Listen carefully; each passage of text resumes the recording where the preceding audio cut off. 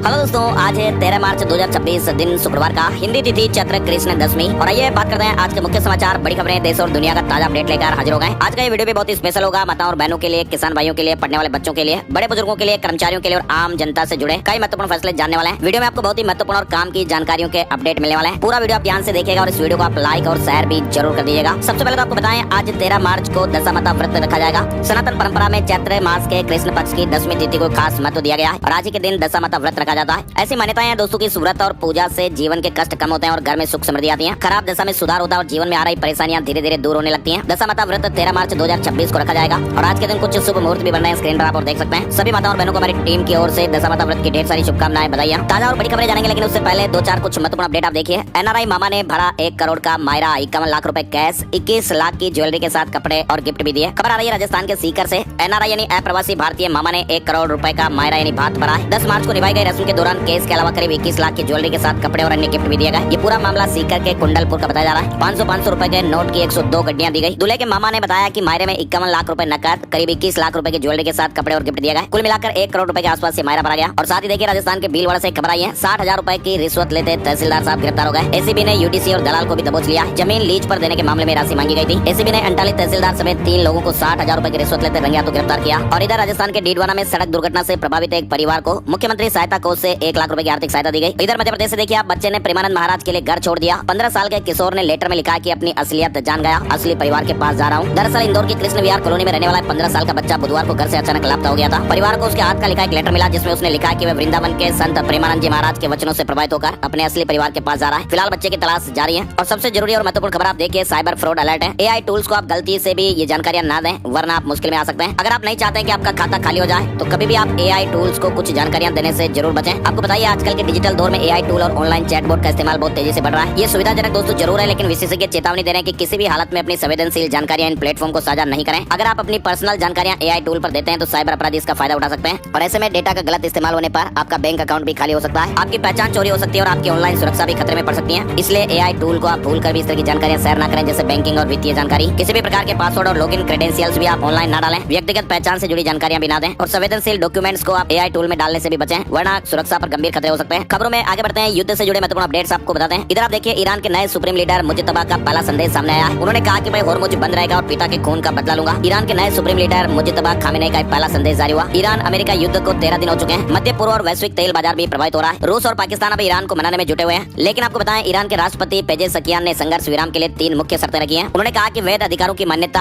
हर्जाना और भविष्य के हमलों के खिलाफ अंतर्राष्ट्रीय गारंटी मिले तो ये युद्ध समाप्त हो सकता है। और इधर आपको बताएं, मिडिल ईस्ट में जारी तनाव के बीच ईरान के नए सुप्रीम लीडर मुज्तबा खामेनेई के कोमा में होने का भी दावा किया जा रहा है। बताया जा रहा है कि मुज्तबा 28 फरवरी को इजरायल अमेरिका के एयर स्ट्राइक में गंभीर रूप से घायल हो गए थे। ब्रिटिश मीडिया द सन की एक रिपोर्ट के मुताबिक इस हमले में मुज्तबा को इतनी गंभीर चोटें आई थी कि उनका एक पैर काटना पड़ा और पेट और लीवर को भी नुकसान पहुंचा है, इसलिए वे कोमा में। ऐसी खबरें अभी चल रही हैं। और इसी बीच आपको बताएं, प्रधानमंत्री नरेंद्र मोदी ने ईरान के राष्ट्रपति डॉक्टर मसूद पेजेशकियान से फोन पर बातचीत की है। भारतीयों की सुरक्षा प्राथमिकता, हम शांति के पक्षधर हैं। ये मोदी ने ईरान के राष्ट्रपति से बातचीत की। बातचीत के बाद बताया कि भारतीय नागरिकों की सुरक्षा, जरूरी सामान और ऊर्जा की निर्बाध आपूर्ति भारत की सर्वोच्च प्राथमिकता है। आपको बताएं, ईरान में अभी भी 9,000 भारतीय फंसे हुए हैं। एमईए ने वतन वापसी का प्लान भी बताया है। एमईए अजरबैजान और आर्मेनिया के रास्ते फंसे हुए भारतीयों की वतन वापसी और वीजा उपलब्ध कराने में सहायता प्रदान कर रहा है। सरकार उन भारतीयों को वीजा सपोर्ट दे रही है और बॉर्डर पार करने में मदद कर रही है जो इन पड़ोसी देशों से होकर यात्रा करना चाहते हैं। भारत ईरान में अपने नागरिकों को जमीन के रास्ते अजरबैजान और आर्मेनिया जाने और फिर कमर्शियल फ्लाइट से घर लौटने में मदद कर रहा है। साथ ही ये भी खबर है कि होर्मुज स्ट्रेट से 20 टैंकर निकालना चाहता है भारत। ईरान से बातचीत चल रही है। ब्लूमबर्ग की एक रिपोर्ट में दावा किया गया कि संसद में हरदीप सिंह पुरी ने बताया कि भारत की कच्चे तेल की आपूर्ति पूरी तरह सुरक्षित है। देश में कोई तेल संकट नहीं है और पेट्रोलियम उत्पादों की कोई कमी नहीं है। ईरान के नए सुप्रीम लीडर ने साफ किया कि होर्मुज के रास्ते कोई भी जहाज नहीं जाएगा। लेकिन इन सबके बीच ब्लूमबर्ग की एक रिपोर्ट में दावा किया गया कि भारत सरकार और ईरान के बीच बातचीत हुई है ताकि होर्मुज स्ट्रेट में फंसे हुए 20 से अधिक तेल और गैस टैंकरों को सुरक्षित रास्ता मिल सके। और ये भी ताजा अपडेट आ रहा है कि स्ट्रेट ऑफ होर्मुज में भारत के झंडे वाले जहाज नहीं रोकेगा ईरान। अराक्सी से विदेश मंत्री जयशंकर की बातचीत का असर सामने आया। हाई लेवल बैठक बातचीत के बाद ये छूट दी गई है, यानी भारतीय झंडे वाले जहाज बिना किसी रुकावट के होर्मुज को पार करेंगे। ईरान संकट पर केंद्र सरकार ने 3 मंत्रियों की समन्वय समिति बनाई है। अमित शाह अगुवाई करेंगे। मौजूदा वैश्विक हालात को देखते हुए समन्वय बनाए रखने के लिए 3 सदस्यीय मंत्रियों की समिति का गठन किया गया और इस समिति की अध्यक्षता गृह मंत्री अमित शाह करेंगे। उनके अलावा समिति में शामिल 2 अन्य विदेश मंत्री एस जयशंकर और पेट्रोलियम मंत्री हरदीप पुरी होंगे। और इधर आप देखिए, ट्वीट से जंग नहीं रुकेगी, तुम्हें तब तक नहीं छोड़ेंगे जब तक। दरअसल आपको बताएं, ईरान ने अमेरिका के राष्ट्रपति को सीधी धमकी दी है, यानी ट्रंप को सीधी धमकी दी गई। 28 फरवरी से जारी ईरान और अमेरिका इजरायल के बीच संघर्ष लगातार तेज होता दिख रहा है। इस युद्ध में अब तक सैकड़ों लोगों की जाने जा चुकी है। कई सैन्य और ऊर्जा ठिकाने तबाह हो चुके हैं। मिडिल ईस्ट में जारी भीषण जंग के बीच ईरान की सर्वोच्च राष्ट्रीय सुरक्षा परिषद के सचिव अली लारीजानी ने अमेरिकी राष्ट्रपति डोनाल्ड ट्रंप को एक कड़ी चेतावनी दी है। लारीजानी ने कहा कि युद्ध शुरू करना आसान हो सकता है, लेकिन इसे चंद ट्वीट के जरिए खत्म नहीं किया जा सकता। उन्होंने साफ शब्दों में कहा कि ईरान तब तक पीछे नहीं हटेगा जब तक ट्रंप अपनी गलती स्वीकार कर उसकी कीमत नहीं चुकाता। अली लारीजानी ने ट्रंप के उन दावों पर भी तीखी प्रतिक्रिया दी है जिसमें उन्होंने युद्ध को जल्द खत्म करने की बात कही थी। लेकिन आपको बताएं दोस्तों, ईरान ने कड़े अंदाज में चेतावनी दी है डोनाल्ड ट्रंप को और कहा कि हम आपको तब तक नहीं छोड़ेंगे जब तक आप अपनी गलती मानकर उसकी कीमत नहीं चुका देते। और इधर आप देखिए, ईरान, इजरायल, अमेरिका के बीच बढ़ते तनाव के कारण वैश्विक शांति खतरे में है। संयुक्त राष्ट्र सुरक्षा परिषद यानी यूएनएससी ने ईरान के खाड़ी देशों पर हमलों की निंदा करते हुए एक प्रस्ताव पारित किया। भारत ने ऊर्जा सुरक्षा, व्यापार और अपने नागरिकों के हितों के लिए इस प्रस्ताव का समर्थन किया है। ये जो प्रस्ताव है ना दोस्तों, इसमें कहा गया कि ईरान ने खाड़ी देशों और जॉर्डन पर गंभीर हमले किए हैं जो अंतर्राष्ट्रीय कानून का उल्लंघन है। हालांकि ईरान इसे अमेरिका, इजरायल का दबाव बताकर खारिज कर रहा है। इस प्रस्ताव में 15 देशों वाली परिषद में वोटिंग कराई गई और वोटिंग में 13 देशों ने समर्थन किया। और सबसे खास बात, इस वोटिंग में चीन और रूस ने दूरी बनाई। और इधर आप देखिए, ईरान अमेरिका इजरायल संघर्ष में साइबर अटैक भी तेज हो गए। इंटरनेट और ऐप को निशाना बनाया जा रहा है। कुल मिलाकर अब डिजिटल मोर्चे पर भी मामला आगे बढ़ रहा है। युद्ध धीमा पड़ने के बजाय हर रोज तेज होता जा रहा है। और साथ ही ये भी खबर आ रही है कि डोनाल्ड ट्रंप के पास जंग खत्म करने का कोई प्लान नहीं है। ईरान की ताकत का गलत अंदाजा लगाया, तेल सप्लाई ठप होगी तो सोचा ही नहीं था। और इधर खबर है कि अमेरिका और इजरायल लगातार 2 हफ्ते से ईरान में एयर स्ट्राइक कर रहे हैं। इसके बावजूद भी ईरान की सत्ता अभी भी काफी मजबूत है और उसके जल्दी गिरने का कोई खतरा नहीं है। ये बात अमेरिकी खुफिया एजेंसियों की रिपोर्ट में सामने आई। इधर ये भी खबर है कि सैटेलाइट से अमेरिकी लोकेशन ट्रैक कर रहा था चाइना ईरान पर। पहली मिसाइल गिरने से पहले ही चीनी कंपनी ने दी थी हमले की जानकारी। ईरान पर पहली मिसाइल चलने से पहले ही चीनी सोशल मीडिया पर संकेत मिलने लगे थे कि अमेरिका बड़ा हमला करने की तैयारी कर रहा है। इंटरनेट पर अमेरिकी सैन्य तैयारियों से जुड़ी सैटेलाइट तस्वीरें तेजी से फैलने लगी थी। चलिए आगे बढ़ते हैं। बड़ी खबर आप देखिए, सरकार ने माना कि घबराहट की वजह से सिलेंडर बुकिंग बढ़ी है। रोज 50 लाख सिलेंडर डिलीवर हो रहे हैं। 1 लाख पेट्रोल पंप पर तेल की कमी नहीं है। कुल मिलाकर भारत सरकार के विदेश, शिपिंग, पेट्रोलियम, सूचना और प्रसारण मंत्रालय ने गुरुवार को देश में कच्चे तेल और गैस की किल्लत को लेकर ज्वाइंट प्रेस कॉन्फ्रेंस की। सरकार ने माना कि भाई देश में भी हालात चुनौतीपूर्ण है और घबराहट के कारण देश भर में सिलेंडर बुकिंग में कई गुना बढ़ोतरी देखी गई है। पेट्रोलियम और प्राकृतिक गैस मंत्रालय में संयुक्त सचिव सुजाता शर्मा ने कहा कि भारत अपनी जरूरत का करीब 60% एलपीजी आयात करता है, जिसमें से लगभग 90% सप्लाई स्ट्रेट ऑफ हॉर्मुज से आती है। देश में रोजाना करीब 50 लाख एलपीजी सिलेंडर की डिलीवरी की जाती है। पीएम मोदी ने भी कहा कि एलपीजी को लेकर कुछ लोग पैनिक क्रिएट कर रहे हैं, वो इससे फायदा उठाना चाहते हैं। कालाबाजारी करने वालों पर भी कड़ी कार्रवाई की जाएगी। पीएम मोदी ने कहा कि संकट के समय इस तरह का माहौल देश के लिए नुकसानदायक होता है। पीएम मोदी ने चेतावनी दी है कि एलपीजी की कालाबाजारी करने वालों के खिलाफ सख्त कार्रवाई की जाएगी। रोजाना 50 लाख एलपीजी सिलेंडरों की सप्लाई हो रही है। सरकार ने कहा कि देश में तेल की कोई कमी नहीं है, लोगों को घबराने की जरूरत नहीं है। भारत में ऊर्जा आपूर्ति पूरी तरह सुरक्षित है। साथ ही एलपीजी संकट पर लोकसभा में चर्चा की शुरुआत राहुल गांधी ने की और इसके बाद केंद्रीय पेट्रोलियम एवं प्राकृतिक गैस मंत्री हरदीप सिंह पुरी लोकसभा में विपक्ष के सवालों का जवाब देते हुए कह रहे थे कि पिछले 5 दिनों में एलपीजी का प्रोडक्शन 28% बढ़ा है। गैस सिलेंडर के लिए पैनिक करने की जरूरत नहीं। हालांकि आपको बताएं, जो रियलिटी है वो ये भी सामने आ रही है कि अमेरिका, इजरायल की ईरान से जंग की वजह से देश भर में कई जगहों पर एलपीजी की किल्लत देखने को मिल रही है। गैस एजेंसियों के बाहर भी लंबी लंबी लाइन है। सिलेंडर की कई जगहों पर कालाबाजारी की घटनाएं भी सामने आ रही है। बाजार में इंडक्शन की डिमांड भी ये बता रही है कि एलपीजी सिलेंडर को लेकर दिक्कतें तो जरूर महसूस हो रही है। संसद में एलपीजी के मुद्दे पर भी हंगामा देखने को मिला। टीएमसी की महिला सांसदों ने थाली चम्मच भी बजाई। और इधर आप देखिए, एलपीजी डिस्ट्रीब्यूटर्स रसोई गैस सप्लाई में कमी के खिलाफ बॉम्बे हाईकोर्ट पहुंच गए। केंद्र और प्राइवेट फर्म को नोटिस भी जारी हुआ है। और तो और हालात आप देखिए, युद्ध के बाद अमेरिका, कनाडा और चीन समेत 80 से ज्यादा देशों में तेल के दाम बढ़ गए। फिलहाल भारत में रेट स्थिर है और देश में एलपीजी की किल्लत को देखते हुए इंडक्शन की मांग काफी ज्यादा बढ़ गई है। अमेजन में प्रोडक्ट की 30 गुना तक बिक्री बढ़ गई और कई ई कॉमर्स वेबसाइटों पर तो इंडक्शन आउट ऑफ स्टॉक भी दिखाया जा रहा है। एलपीजी की कमी से स्विगी और जोमेटो पर भी ऑर्डर घटे। दिन में 30 नहीं 5 ऑर्डर मिल रहा है। रेस्टोरेंट कई जगहों पर बंद हो गए। आईटी कंपनियां भी कह रही है कि भाई घर से टिफिन लाएं। कुल मिलाकर दोस्तों बात यह है कि ईरान अमेरिका जंग के बीच भारत में कमर्शियल एलपीजी सिलेंडर की किल्लत का असर फूड इंडस्ट्री पर भी दिखाई देने लगा। कई शहरों में रेस्टोरेंट और क्लाउड किचन गैस की कमी से जूझ रहे हैं। हालांकि लोग भी ज्यादा पैनिक हो रहे हैं, इसलिए इस तरह की सिचुएशन पैदा हो रही है। चलिए आगे बढ़ते हैं। बड़ी खबर देखिए आप, न्यूक्लियर इमरजेंसी की तैयारी में खाड़ी देश। ईरान इजरायल जंग के बीच खाड़ी देशों ने संभावित न्यूक्लियर इमरजेंसी से निपटने की तैयारी तेज कर दी है। चंडीगढ़ की दवा कंपनी से 1 करोड़ कैप्सूल की क्षमता पूछी गई। कई देशों में सप्लाई की संभावना। शेयर मार्केट के हालात भी खराब ही चल रहे हैं। इस महायुद्ध के कारण शेयर बाजार में लगातार दूसरे दिन गिरावट रही। सेंसेक्स 829 अंक की गिरावट के साथ 76,034 पर बंद हुआ। निफ्टी में 228 अंकों की गिरावट रही, 23,639 पर बंद हुआ। और आगे शेयर बाजार में सबसे बड़ी गिरावट का दौर आ सकता है। रिच डैड पुअर डैड के लेखक ने चेताया। उन्होंने कहा कि चांदी जरूर खरीदें, भले ही एक वक्त का खाना न खाएं। और इधर सोने चांदी के रेट में भी बड़ी गिरावट आई। 999 प्योरिटी वाला सोना 1,59,624 रूपए प्रति 10 ग्राम के भाव पर 1 किलो चांदी की कीमत 2,63,800 रूपए पर आई। और इसी बीच अब गर्मी का मौसम आने वाला और गर्मी के मौसम से ठीक पहले इस उद्योग पर भी लगातार दबाव चिंता के कारण बना रहा है। कई पैकेज्ड वाटर कंपनियों ने अपने वितरकों को पत्र भेजा है और पत्र में कहा कि युद्ध के कारण कच्चे माल की कीमतें तेजी से बढ़ रही हैं और इसके चलते कुछ कंपनियों ने पहले ही वितरण स्तर पर कीमतें बढ़ानी शुरू कर दी हैं। फरवरी में रिटेल महंगाई बढ़कर 3.21% हो गई है। खाने पीने की चीजें महंगी होने का असर रहा और आगे इजरायल ईरान जंग से ये और भी बढ़ सकती है। साथ ही आपको बताएं, पीएम किसान सम्मान निधि से जुड़ा अपडेट। आज आएंगे 22वीं किस्त के 2,000 रूपए। साथ ही पीएम मोदी देश को 3 नई ट्रेनों की सौगात भी देंगे। प्रधानमंत्री नरेंद्र मोदी 13 और 14 मार्च को असम का दौरा करेंगे और इस दौरे पर पीएम मोदी कोकराझार, गुवाहाटी और सिलचर में 47,800 करोड़ रुपए से ज्यादा की कई विकास परियोजनाओं का उद्घाटन करेंगे, आधारशिला रखेंगे। और 13 मार्च को असम के दौरे पर गुवाहाटी से पात्र किसानों के बैंक खातों में 2-2 हजार रूपए ट्रांसफर भी करेंगे। तो देश के करोड़ों किसानों के बैंक खाते में आज पीएम किसान की 22वीं किस्त आने वाली है। और इधर बड़ी खबर आप देखिए, लोकसभा में वापस लौटे स्पीकर ओम बिरला। बोले कि किसी को नियम से परे जाकर बोलने का विशेष अधिकार नहीं। लोकसभा में विपक्ष का अविश्वास प्रस्ताव ध्वनिमत से गिरने के बाद स्पीकर ओम बिरला